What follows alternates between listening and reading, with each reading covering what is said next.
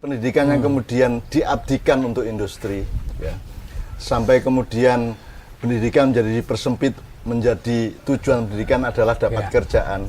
Nah, dari kesempitan ini kan ada pendulu menuju keluasan dan universitas lagi. Nah, menurut Mas Toto sama Mas Sabrang, apa saran utama sekarang kepada setiap keluarga, pendidik di rumah, atau sekolahan-sekolahan, atau guru-guru, baik yang formal maupun yang alternatif, itu apa yang kira-kira bisa kita anjurkan untuk dilakukan? Saya ingin mengilustrasikan ya pengalaman yang terutama yang saya dan teman-teman lakukan ya. Saya mengamati bahwa pendidikan yang ada yang sudah diambil alih oleh sekolah itu visinya itu selalu ingin melahirkan siswa ahli atau expert. Satu contoh begini, satu contoh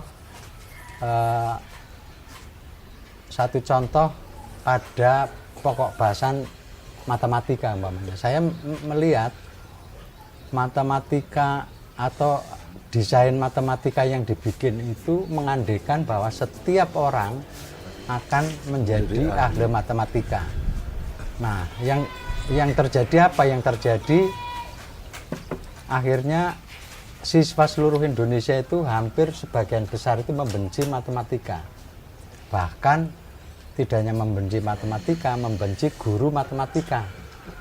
Jadi nggak ada yang suka itunya. Nah, jadi menjadi ahli matematika yang enggak, menggunakan matematika sebagai dalam kehidupan yang enggak, media untuk kehidupan juga tidak gitu. Nah, ini saya pengen Sabrang bisa menguraikan. Sebelumnya ada ilustrasi sangat bagus. Sabrang dulu waktu kecil itu diasuh oleh Mbak Wi ya. Ya. Mbak Wi itu punya adik namanya Yatin. Yatin tuh enggak sekolah tapi kemudian kita paksa untuk sekolah. Kemudian dia belajar matematika dan lain-lain. Tapi kalau dia ditanya seluruh pelajaran matematika dia enggak bisa jawab. Tapi kalau terus dia jadi kena call kampus atau kena angkot kalau sekarang. Kalau dia ditanya mengenai berapa biaya dari sini ke sana untuk sekian orang, dia langsung cepet banget. Jadi ada matematika sekolahan, ada matematika kehidupan. Sebenarnya problemnya adalah bagaimana matematika sekolahan itu dijadikan matematika kehidupan bagi anak-anak didik kan begitu. Itu yang dikeluhkan oleh Mas sekarang ini kan hampir seluruh sekolah yang ada tidak mengabdi kepada matematika sebagai alat untuk kehidupan. Ya, kira-kira yang kontekstual piye kuwi Brang? Matematika sekolahanku ya mungkin ini satu contoh matematika ya. Iya, orang enggak masalah. Ini sangat kontekstual kok. Apa saya pengen belajar dari itu dari sedikit ke belakang. Belajar dari ketika lahir Renaissance itu berasal dari pandemi bubonic plague waktu itu. Terus kemudian berangkatnya mereka adalah menggali wisdom dari nenek moyang mereka, digali kebijaksanaannya tadi yang eksperimentasi lebih panjang tadi itu. Kalau saya melihat yang bisa kita ambil dalam sudut pandang pendidikan ini itu kalimat Jawa yang dikatakan Pak Toto kemarin, ilmu gue kelakone kanthi laku. Karena ilmu itu tidak ada yang nggak ada gunanya kalau nggak dipakai untuk melakukan sesuatu. Melakukan bukan dalam arti fisik aja ya, pokoknya untuk menjadikan output.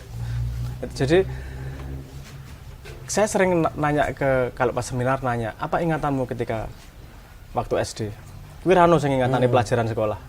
Ingatannya bermain atau ingatan bermain kelereng, kenangannya bukan kenangan sekolah karena yang dia merasa melakukan dirinya pengen melakukan adalah bukan yang sekolahan. Nah, menurut saya pendidikan sekarang dulu kenapa seperti itu? Yang sekarang dikatakan pendidikan matematika,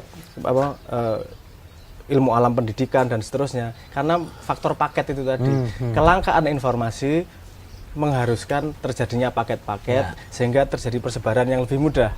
Nah, sekarang dunia sudah sama sekali berubah ini. Kita tidak lagi pada era kelangkaan informasi. Kita era pada kebanjiran informasi.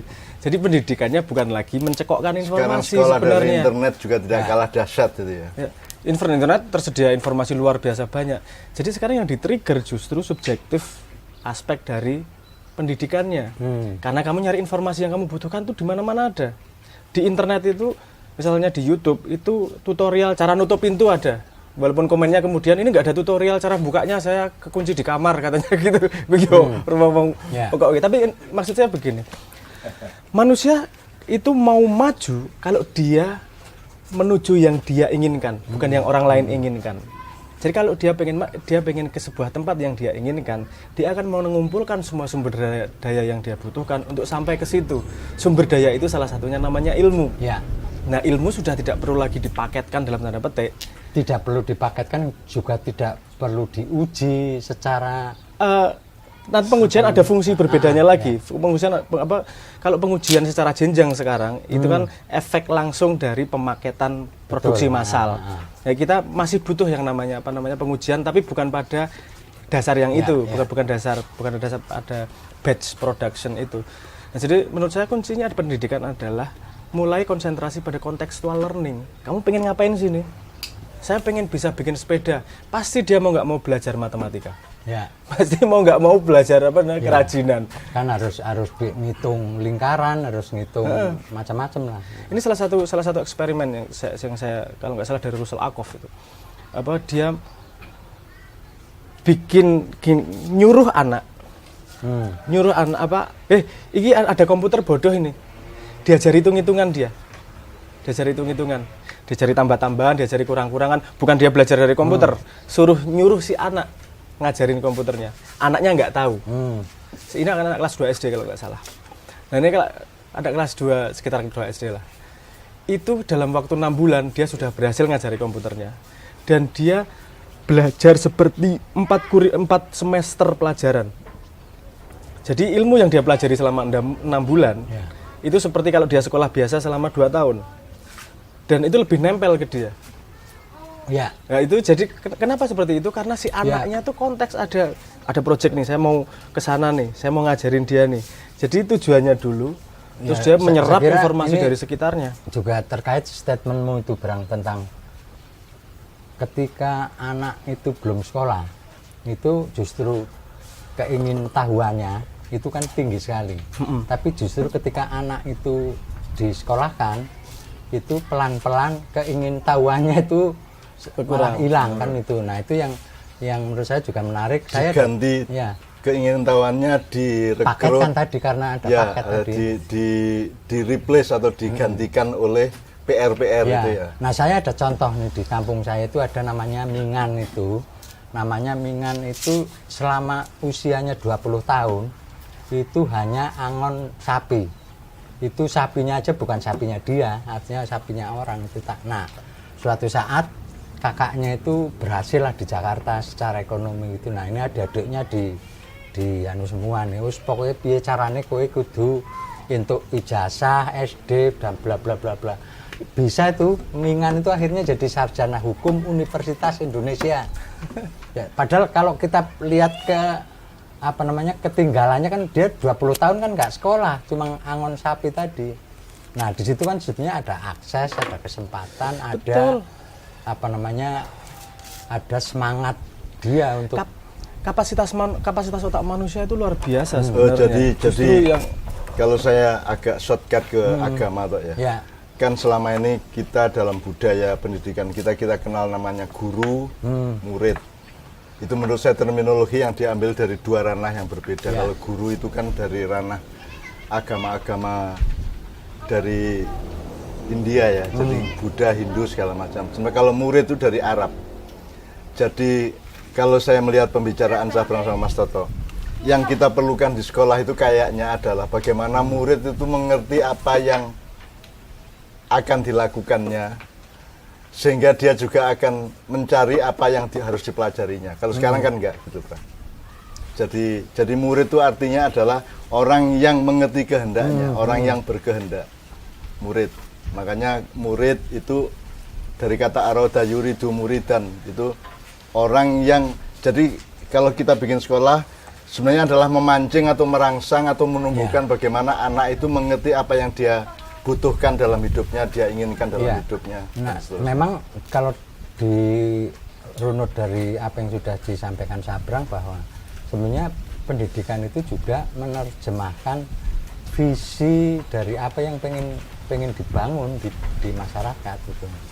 Nah, kalau kita merunut di zaman Orde Lama itu, undang-undang pendidikannya itu jelas bahwa pendidikan itu tugasnya menciptakan masyarakat sosialis. Itu di Orde Lama ini. Bahkan UGM itu diberi tugas oleh pemerintah untuk menjadi supporting system supaya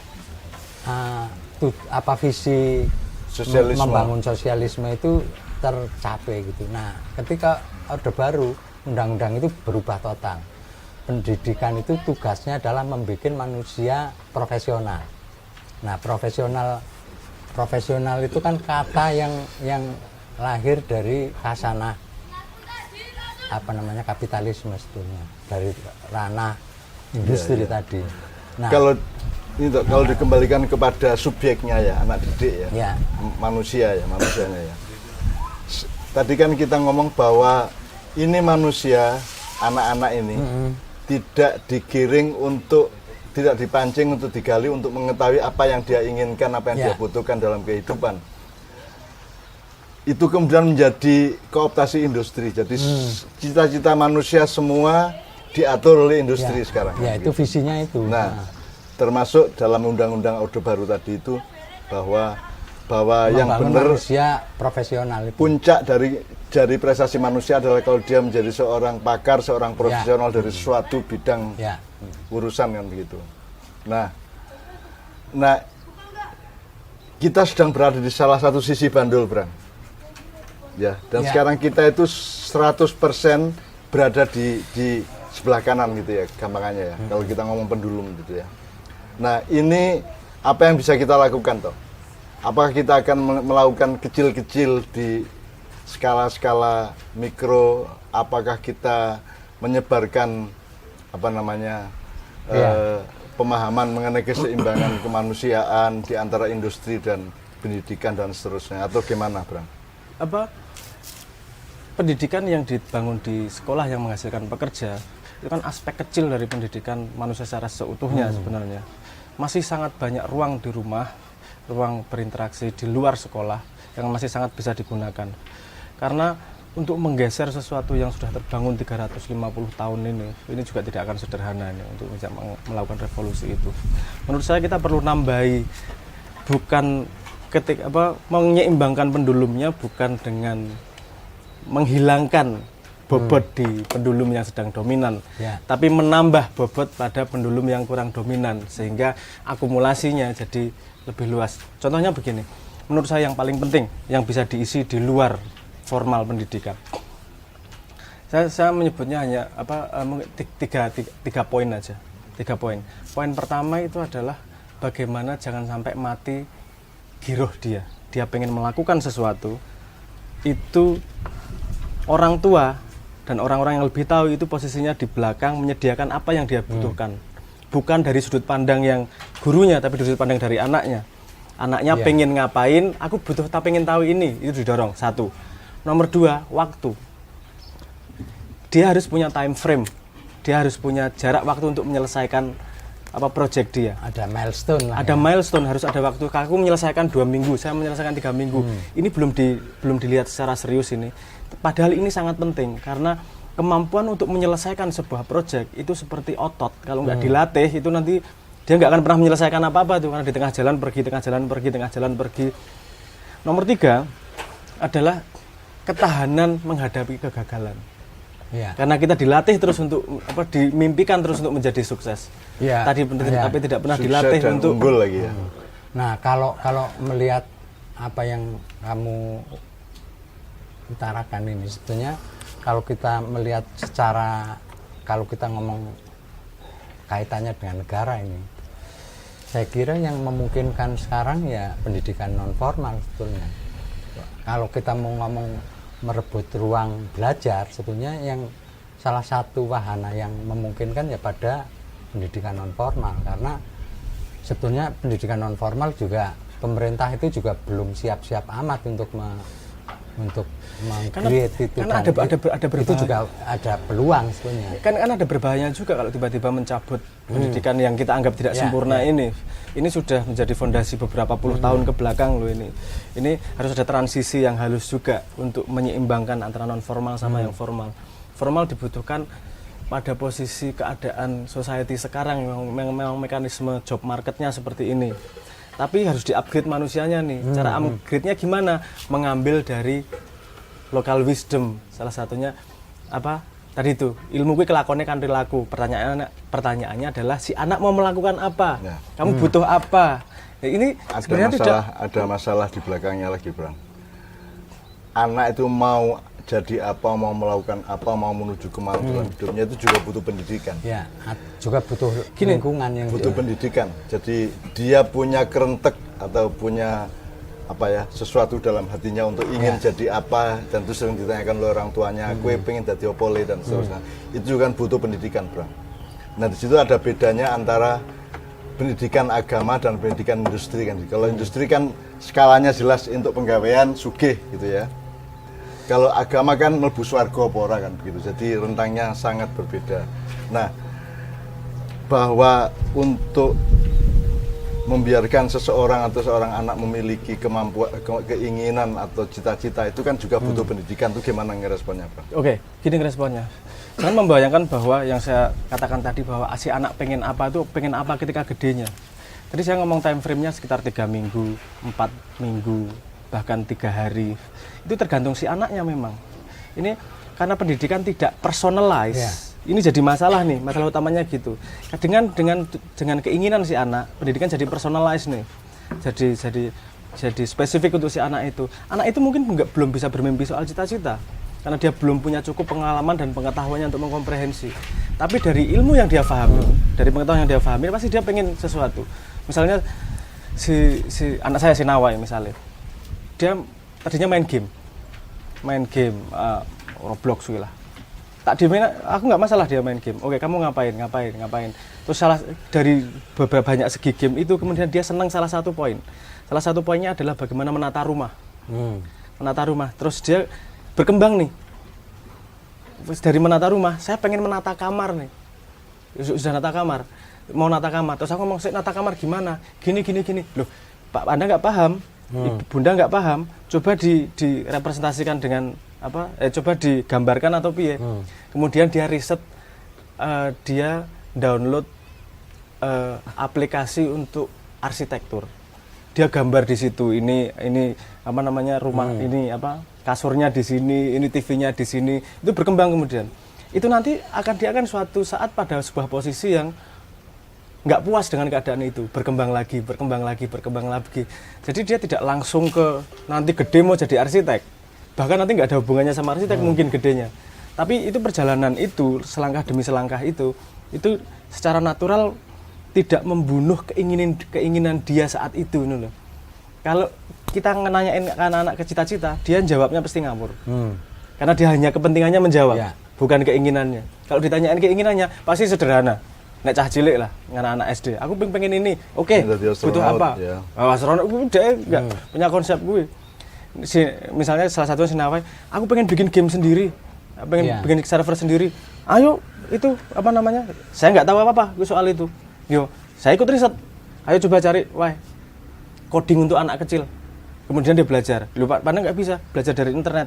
Gini caranya, ini ada forum, ini cara search-nya, ini YouTube-nya, ini Stack Exchange dan seterusnya. Kemudian dia berkembang sendiri sampai pada posisi nggak puas lagi, berkembang lagi. Nah itu menurut saya pentingnya contextual learning itu di situ. Ini saya juga pernah punya anak. Pernah punya anak. Main game tiap hari. Jadi saya dari Jakarta itu beli game di Senen atau di mana-mana itu, kemudian naik bis, naik kapal, naik angkot ke tempat anak saya itu. Terus saya tanya sama dia, anaknya di metro. Anaknya di metro ya. Pokoknya saya tanya, kue kok main game terus sih, pertanggung jawabanmu piye nang aku. Aku nukok ke terus kue lho, nganggo duit oke lho iki. Terus anak saya itu menjawab, tujuanmu apa toh Brang? Kok kue main game terus? Ya saya kan tidak hanya main game, saya kan mencari apa toh di baliknya ini. Jadi saya sedang mencoba membuka rahasia-rahasia. Nah, hari ini ternyata Sabrang membiarkan Nawai untuk main game itu juga persis seperti saya membiarkan dia main game, ya toh. Asalkan dia bisa menjawab rahasia-rahasia. Nah, rahasia-rahasia ini ternyata bukan hanya soal rahasia dalam game itu sendiri, tapi rahasia-rahasia yang lebih luas, yang lebih komprehensif. Rahasia bagaimana evolusinya makhluk Allah, rahasia bagaimana masyarakat berkembang, termasuk pencarian. Ya, jadi menguak rahasia itu saya pegang betul sampai sekarang. Maka dia sekarang menjadi pakar kita, menjadi pakar saya untuk menguakkan rahasia-rahasia yang sudah dia kuakkan.